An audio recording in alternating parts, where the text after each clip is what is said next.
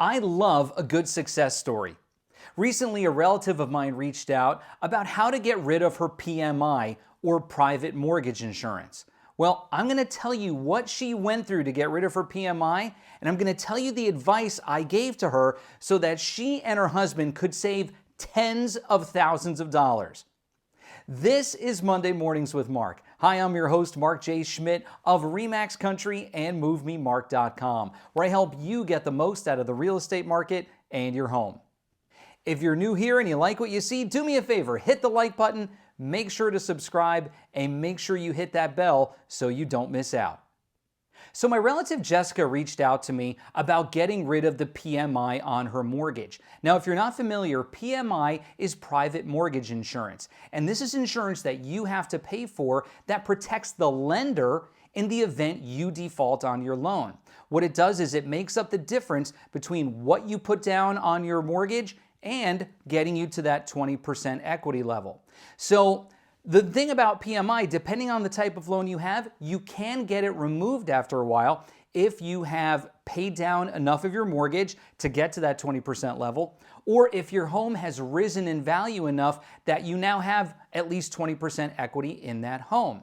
So what I did was I told Jessica what she needed to do. I even made a video about it, which you will be able to find in the description to this video. And Jessica stayed in touch with me throughout the process. She had to jump through a number of hoops in order to get this done.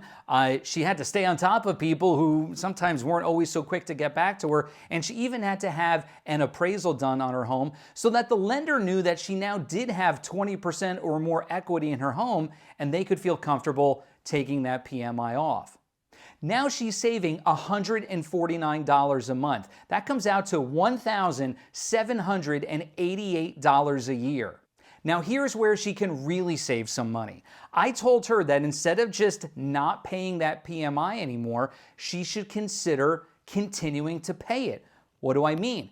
Well, I asked her what her mortgage payment was, excluding her taxes and insurance. Now remember, when you have a mortgage payment, you have the PITI, some people call it PITI, but that's your principal, interest, taxes, and insurance.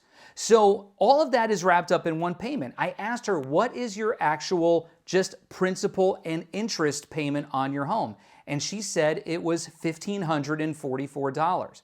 Now, if you take $1,544 and divide it by 12, you get about $129.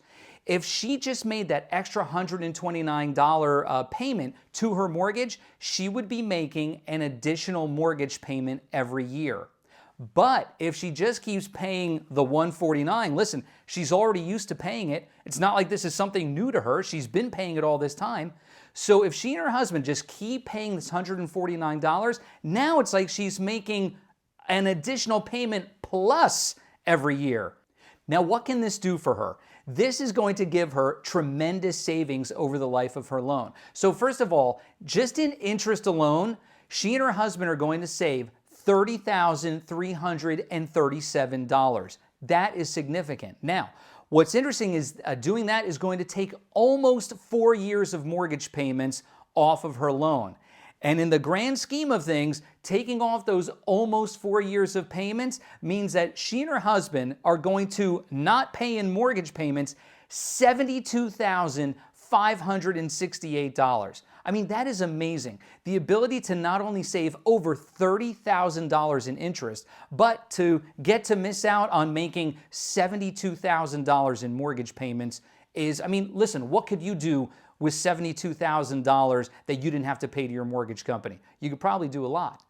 Now, here's the thing. You may not be able to make those extra payments. Maybe you get the PMI taken off, but maybe money's a little tight. You don't have to go and just keep paying that PMI or that amount of your PMI to your mortgage. Anything you do above your standard mortgage payment is going to help. Now, I made a video of mortgage hacks that are going to help you pay your mortgage off sooner, and you can find the link to that in the description as well. But if you take this advice, pay extra to your mortgage, get that PMI taken off. If it's not doing you any good, if you don't need it anymore, there's no reason for you to pay it. Save that money, invest it back into your home, and save yourself tens of thousands of dollars in the long run. Now listen, if you have questions about how to pay your mortgage off early, if you have questions about the buying and selling process in real estate, there's a fantastic resource. It's my website. You can find me at www.MoveMeMark.com. Thanks so much for watching. If you missed our last episode, I've got it right here for you. And here's another episode that YouTube thinks you should watch. If you haven't subscribed yet, make sure you hit that circle and subscribe so you don't miss out. And I'll see you next time for more Monday Mornings with Mark. You have a great week.